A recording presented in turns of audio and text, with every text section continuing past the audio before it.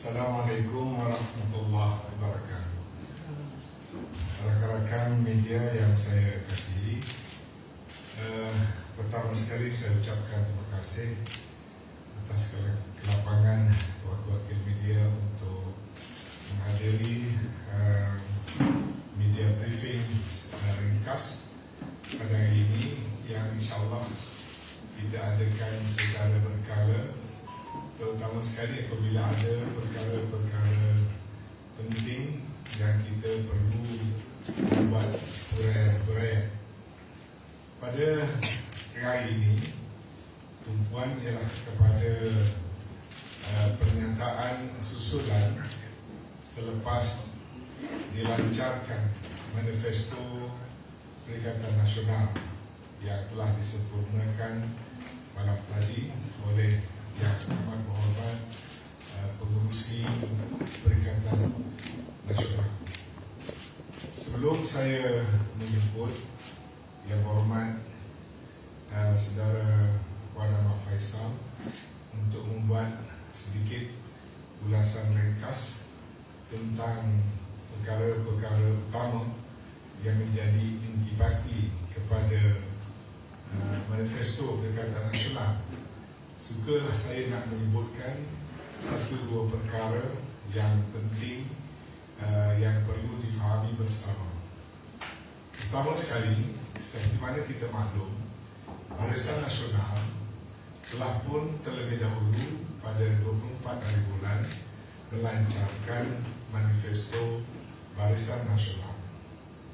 Seperti mana yang juga kita semua maklum, Barisan Nasional telah membuat persiapan awal termasuk merangka manifesto yang agak komprehensif sebelum termeterainya ataupun tercapainya persetujuan mengadakan kerjasama pilihan raya di antara Perikatan Nasional dan Barisan Nasional. Dengan itu, kita menerima realiti bahawasanya Barisan Nasional yang telah pun mengadakan satu manifesto yang komprehensif, dan kita telah bersetuju untuk mengadakan jawatan kuasa bersama, jawatan kuasa kecil, untuk memperbincangkan intipati manifesto Barisan Nasional, serta juga dalam jawatan kuasa sama mengukakan syur-syur yang bakal terkandung dalam manifesto Perikatan Nasional. Satu persetujuan telah dicapai di antara PN dan BN, iaitu setelah meneliti kandungan manifesto Barisan Nasional, kita bersetuju untuk adopt dan menerima serta menyokong penuh manifesto yang dikemukakan oleh Barisan Nasional sebagai manifesto induk dan utama yang akan dilaksanakan apabila kerajaan baru dibentuk.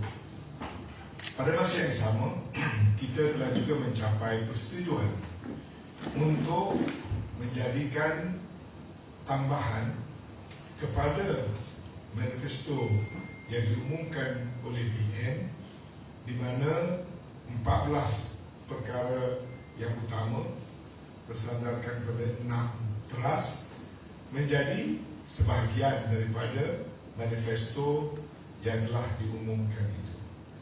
Dalam kata lain, manifesto Barisan Nasional kita terima sebagai manifesto utama, manifesto Perikatan Nasional yang telah dibincangkan dengan Barisan Nasional menjadi manifesto tambahan kepada apa yang telah diumumkan. Kedua-dua dokumen ini yang bersandarkan kepada manifesto utama BN dan manifesto tambahan Perikatan Nasional adalah menjadi teras janji manifesto kita untuk kedua-dua parti, Barisan Nasional dan Perikatan Nasional. Yang kedua, sebelum ulasan mengenai manifesto Barisan Nasional dibuat oleh sahabat saya Dr. Bala dan YB Wan Abdul Faisal, saya ingin menyebut sedikit tentang perkara berhubung dengan kenyataan yang amat berhormat Menteri Besar Kedah Datuk Seri Yang Amat Berhormat Datuk Seri Sanusi Muhammad Noor. Kita ingin menzahirkan rasa duka cita kerana ada pihak yang telah mengambil kesempatan memesongkan apa yang sebenarnya telah disebut oleh Yang Amat Berhormat Menteri Besar. Kita faham sebagai orang yang lama dalam politik, peluang-peluang sentiasa dicari, terutama di saat-saat akhir, untuk menimbulkan kesamaran, keraguan, memainkan sentimen, termasuk sentimen kebencian berdasarkan kepada peristiwa-peristiwa tertentu yang berlaku. Tepat seperti mana yang kita ramalkan, telah ada usaha untuk menggunakan ucapan Yang Amat Berhormat Menteri Besar Kedah dengan cara yang salah. Antaranya, satu kenyataan dibuat oleh satu individu di Selangor semalam yang telah menterjemahkan ucapan Yang Amat Berhormat Menteri Besar Kedah dengan menyatakan seolah-olah maksud daripada kata-kata tersebut ialah orang Cina di Malaysia hendaklah balik ke China, orang India di Malaysia hendaklah balik ke India. Ini sama sekali bukan saja jauh daripada fakta yang diucapkan. Ini adalah merupakan satu fitnah yang nyata, dan laporan polis akan dilakukan terhadap individu yang berkenaan dan tindakan undang-undang bakal menyusul kerana ungkapan itu satu ungkapan yang sangat serius, berbau hasutan, berniat jahat dan sama sekali menyeleweng daripada fakta yang telah disebutkan.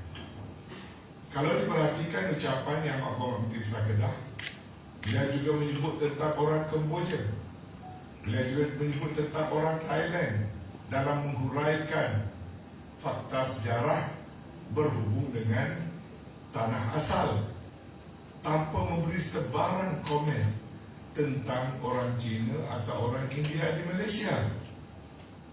Itu disebut daripada sudut fakta sejarah dalam konteks nak menggalakkan orang Melayu supaya bersatu padu, menanam rasa patriotisme, cintakan tanah air, tidak berpecah belah, agar kita dapat sama-sama memainkan peranan penting dalam pembangunan negara secara bersama orang Melayu dan seluruh warga negara Malaysia, termasuklah kaum Cina dan India. Yang kedua, saya ingin menyatakan dengan tegas, PAS dan UMNO adalah parti yang mengasaskan perlembagaan negara.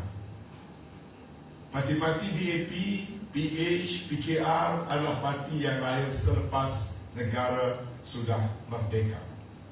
PAS dan UMNO terutamanya, termasuk MCA dan MIC, mempunyai saham dalam memberikan pengesyuran kepada Suruhanjaya Red atau Lord Red tentang bagaimana sepatutnya rupa bangsa tanah Melayu waktu itu yang merdeka, yakni PAS dan UMNO serta juga MCA dan MIC adalah orang yang mempunyai saham menjadikan negara ini negara tidak perkauman, menjadikan negara ini negara berbagai kaum, menjadikan negara ini negara yang mempunyai penduduk terasnya orang Melayu, Cina, India, dan ditulis hak setiap warga negara dengan jelas dalam perlembagaan negara hasil daripada Suruhanjaya Red.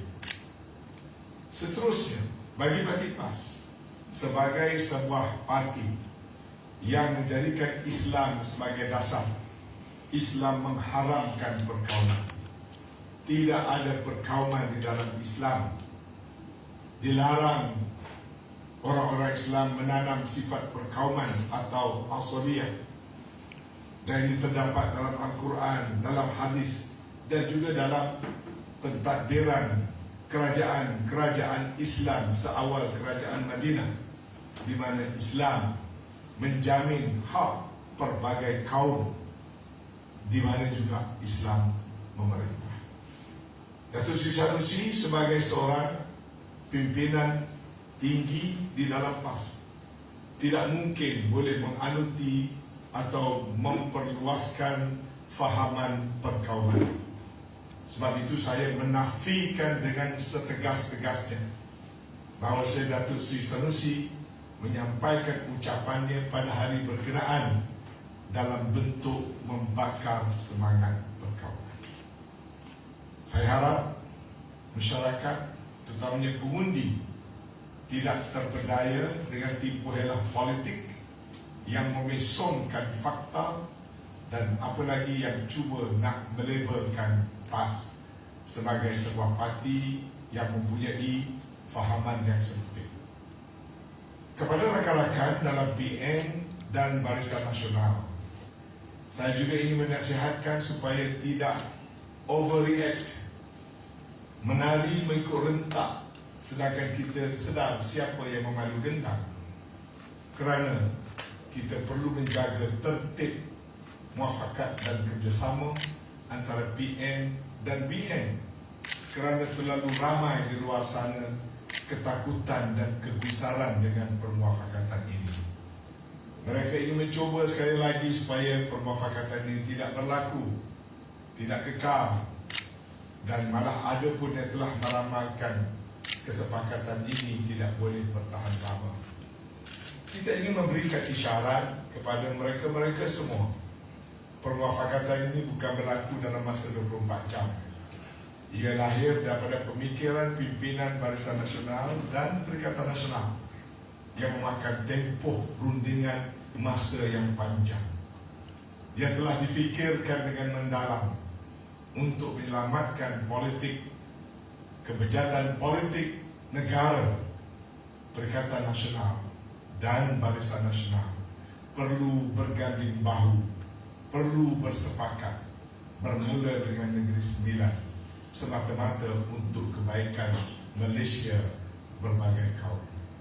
Maka saya ingin menegaskan sekali lagi, komitmen Perikatan Nasional, lebih-lebih lagi PAS, tak kurang rakan-rakan komponen yang lain, bahawasanya unsur perkauman tidak ada dalam vokabulari Perikatan Nasional.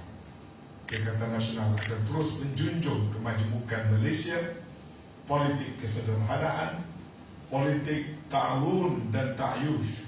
Ta'awun bekerjasama, ta'yush coexist, kerana kita percaya kepelbagaian kaum dan agama di Malaysia adalah satu kekuatan, bukan kelemahan. Terima kasih. Sekarang saya jemput Yang Berhormat Wan Ahmad Faisal untuk membuat sedikit ulasan khusus berhubung dengan manifesto Perikatan Nasional. Silakan. Terima kasih kepada Yang Bahagia Tan Sri Ahmad Musa selaku Ketua Penerangan Perikatan Nasional Dr. Bala daripada HPP. Ringkasnya seperti mana yang dimaklumkan tadi oleh Yang Berbahagia Tan Sri Ahmad Musa, Perikatan Nasional mendukung manifesto yang Barisan Nasional telah lancarkan. Cuma ada penambahan daripada kami untuk membantu memperkukuhkan lagi tawaran-tawaran yang Barisan Nasional telah umumkan, dengan mengambil kira beberapa perkara yang kami cerap daripada kaum B, daripada pengundi Negeri Sembilan. Ringkasnya, Perikatan Nasional menawarkan berasaskan 6 teras, iaitu pentadbiran, belia dan keluarga, ekonomi, kebajikan, pendidikan dan pekerjaan. Saya akan baca ataupun kupas beberapa tawaran yang bagi saya mungkin berbeza sedikit dengan Barisan Nasional. Antaranya yang kami mendapat aduan daripada pengundi-pengundi di bawah melibatkan pentadbiran. Yang amat berhormat dahululah Menteri Besar Pakatan Harapan, kalau dia ubah DUN tak sempat pun 3 tahun, dan dalam kekecohan mengubahkan Dewan Undangan Negeri Sembilan, sebenarnya performance ataupun report card daripada kerajaan PH Negeri Sembilan ini belum tersedia, belum pun selesai menunaikan janji-janji yang terdahulu. Mereka telah pun lancarkan tawaran baru di bawah Pakatan Harapan. Jadi bagaimana kita dan rakyat Negeri Sembilan nak merasa yakin dengan pentadbiran track record Pakatan Harapan di sini, kalau mana janji-janji lama pun belum tersedia? Kerana apa? Kelemahan pentadbiran. Tiada dashboard kerajaan Pakatan Harapan di Negeri Sembilan telah tunjukkan kepada pengundi-pengundi dan rakyat Negeri Sembilan. Jadi Perikatan Nasional berpendapat kita perlu menampilkan pembangunan dashboard pelaksanaan Manifesto Negeri Sembilan untuk baik BN dan PN bersekali. Yang kedua, antara aduan kami dapat ialah perlunya ditambah baik sistem pengurusan dan pentadbiran masjid yang bersedia karya. Kerana dalam pentadbiran yang lalu di bawah Pakatan Harapan, Menteri Besar Wang PKR adalah yang memegang portfolio hal ehwal agama Islam, dan dengan campur tangan yang sebegitu oleh Menteri Besar, aduan-aduan di bawah seolah-olah masjid-masjid di Negeri Sembilan ini belum mendapat pembelaan yang sewajarnya. Jadi kami berpandangan dengan adanya tawaran dari Perikatan Nasional, kita boleh memberi ruang yang lebih besar kepada ahli-ahli karya sendiri untuk mengurus dan mentadbirkan masjid dan surau-surau yang ada di Negeri Sembilan.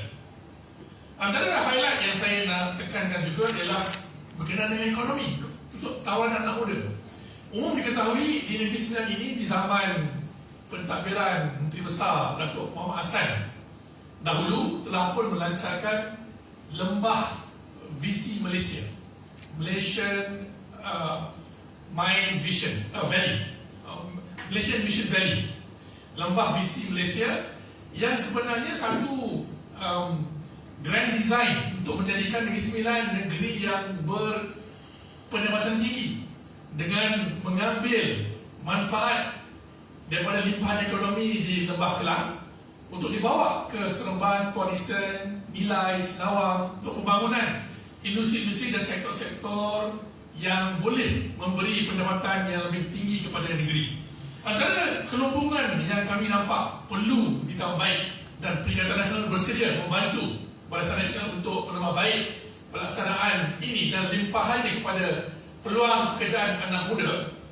Kami bercadang, Perikatan Nasional bercadang untuk menubuhkan Negeri Sembilan Talent Corporation sebagai pusat pembangunan bakat dan kepakaran masa depan dalam bidang AI, teknologi hijau, semiconductor, keselamatan cyber, ekonomi digital dan juga automasi termaju.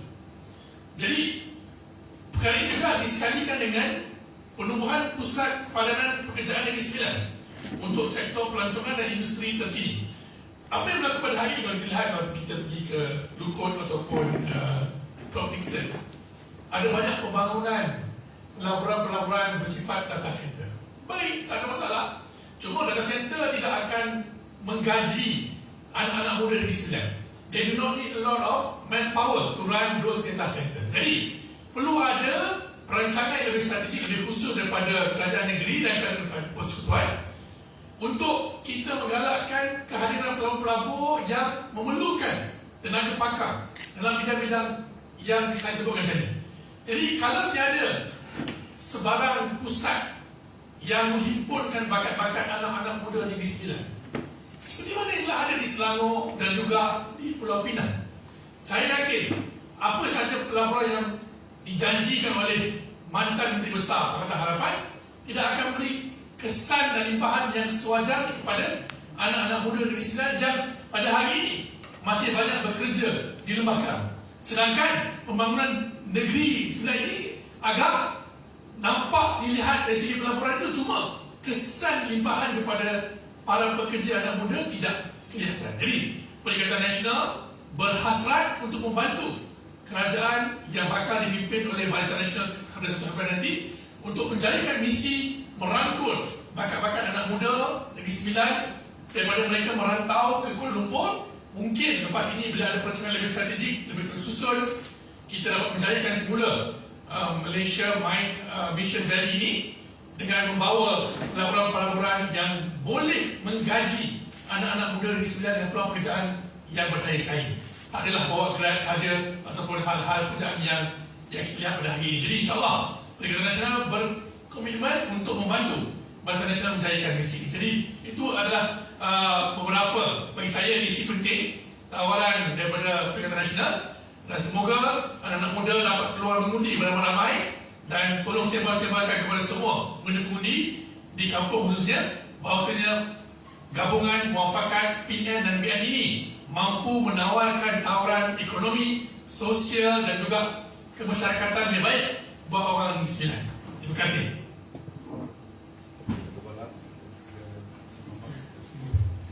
Terima kasih semua. Terima kasih media. Terima kasih penonton sekalian. Saya ingin menyentuh sedikit mengenai kenyataan Dr. Satya dari PKR yang membuat laporan polis terhadap Mak Borak Menteri Besar Kedah. Ucapan beliau very clear.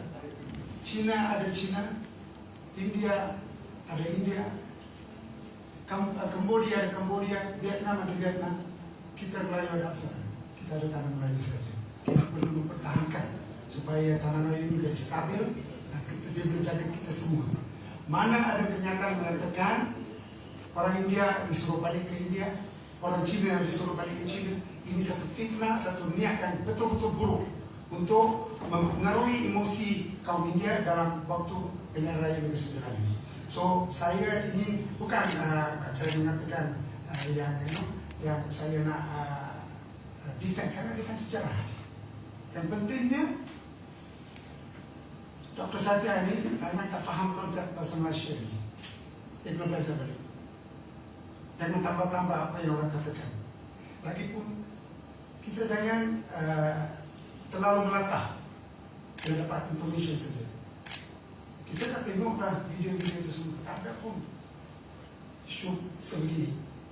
Apa yang perlu kita memahami adalah majoriti kaum di Malaysia, orang Melayu Islam, mereka wajib menyatu untuk kita bukan Islam, mendukung dan menjaga kita. Itu saja, the basic simple. Orang-orang yang buat niat-niat yang betul ini harus diberi amaran, seperti yang tadi katakan, kita akan buat laporan polis dalam tindakan yang sewajarnya, supaya tidak ada kelompok-kelompok yang memutarbalikkan kenyataan dan memutarkecilkan perpaduan yang kita sedang menikmati. Sekian, terima kasih. Okey, silakan kalau ada soalan susulan. Kalau ada soalan susulan, saya cuba buat penjelasan lanjut. Kalau tidak ada, kita boleh tamatkan di sini. Saya tentang manifesto. Macam mana nak blend supaya dapat, maksudnya diutamakan manifesto BN dan dicampur dengan PN, tapi nanti bila berjaya ke Dewan Undangan Negeri tu mungkin ada perselisihan tu, bagaimana nak di blend well untuk kedua-dua manifesto. Consider blended. Sebab kita telah diberi sebelum pada pengumuman, diberi untuk melihat manifesto Barisan Nasional. Maka apa yang telah ada dalam cadangan Barisan Nasional, walaupun awalnya benda yang sama nak dicadangkan oleh Perikatan Nasional, we have taken it now. Yang kita tambah 14 perkara itu adalah enrichment, menokok tambah dan memperkayakan lagi manifesto induk yang telah dikemukakan oleh Barisan Nasional. Artinya tak timbul masalah blending kemudian. Dia telah pun di-blend terlebih awal kerana pasukan daripada BN dan BN telah pun duduk bersama melihat dokumen yang disediakan oleh kedua-dua pihak dan bersetuju. Seperti mana kita bersetuju kerajaan Negeri Sembilan yang akan datang adalah dipimpin oleh BN. Tak timbul persoalan calon menteri besar daripada PN. Tak ada. Kita dah setuju awal-awal bahawasanya kerajaan yang kita tawarkan untuk menggantikan kerajaan PH adalah kerajaan pimpinan BN. Maka sewajarnya manifesto yang dirangka oleh BN itu kita berikan endorsement 100%.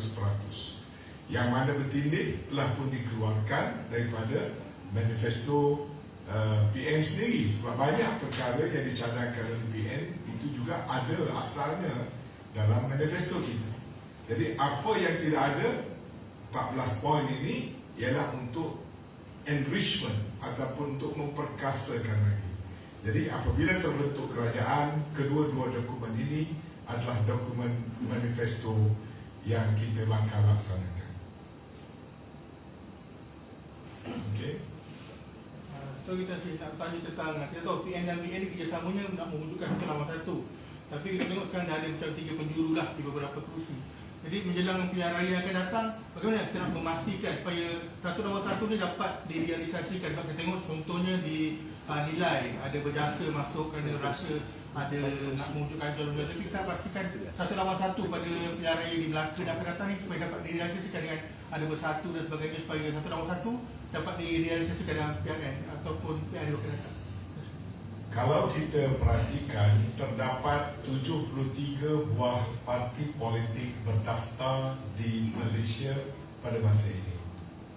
Adalah mustahil untuk kita dapat menentukan kesemua 73 parti politik ini membuat pendirian sama dengan kita. Apa yang kita cuba usahakan di sini ialah parti-parti yang utama perlu bergandingan, terutama sekali parti-parti yang mempunyai aspirasi, perlembagaan, dasar yang common. Dan di sini kita mendapati Perikatan Nasional dan Barisan Nasional, walaupun ada perbezaan, tetapi kita lupakan perbezaan, kita lihat kepada persamaan dan move forward. Dan kita merasakan apabila PN dan BN adakan kesepakatan untuk berhadapan dengan kerajaan PH, soal berapa penjuru tidak lagi menjadi persoalan, sebab parti-parti lain adalah merupakan picisan yang tidak dapat menawarkan apa-apa yang substantif kepada rakyat. Dan rakyat tidak perlu membazirkan undi mereka dengan meletakkan undi kepada parti-parti yang semua orang tahu tidak akan mempunyai wibawa untuk menawarkan apa-apa, tetapi hak mereka untuk menyelidiki pilihan raya itu yang dijamin dalam perlembagaan, mereka berhak untuk berbuat demikian. Sebab itu kita percaya persaingan ini dalam konteks memberikan tawaran alternatif kepada kerajaan PH adalah penting bagi Perikatan Nasional dan Barisan Nasional untuk bekerjasama. Kalau straight fight, alhamdulillah. Tapi kalau ada parti-parti kecil yang lain, termasuk juga calon bebas misalnya, kita terima kerana itu adalah realiti demokrasi dalam negara kita. Tan Sri, Ya. Menteri Komunikasi Fahim Fazil hari ini di Serenida, dia mengingatkan supaya semua parti bekerja secara matang, ketengahkan dasar, berikut pencapaian dan penyelesaian permasalahan rakyat, bukannya mainkan sentimen perkawaman dan agama. Nampaknya dia ulang-ulang. Kemudian apa komen Tan Sri terhadap Saya faham Goebbels punya teori. Apabila seseorang nak menyampaikan sesuatu, dia akan ulang dan ulang, dan dia mengharapkan you throw much 1,000 times against a wall, it bound to stick. Maka daripada ungkapan Sanusi, maka dia cuba nak melabelkan Perikatan Nasional ini sebagai sebuah parti perkauman, sebagai sebuah parti yang sempit, kononnya tidak ada agenda dan sebagainya. Sebab itu pada saya, kita sudah boleh membaca beberapa kenyataan pemimpin-pemimpin di sebelah sana, dan kita yakin rakyat lebih bijaksana daripada mereka. Track record Barisan Nasional dan Perikatan Nasional ada di hadapan rakyat. Pembelaan kita kepada rakyat Malaysia berbagai kaum telah berada dalam lipatan sejarah.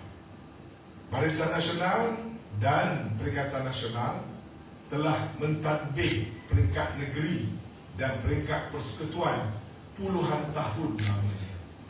Kelantan ditadbirkan oleh PAS lebih 30 tahun. Di Kelantan ada Cina, ada India, ada Siam, berbagai kaum.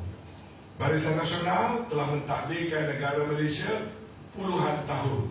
Jadi rekod kami terbuka untuk rakyat memeriksanya.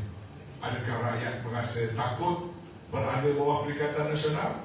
Bagaimana waktu yang pendek Perikatan Nasional mentadbir negara, waktu darurat yang berlaku di zaman COVID, bagaimana rakyat tanpa mengira kaum, bangsa dan sebagainya telah diberikan pembelaan yang luar biasa oleh Perikatan Nasional.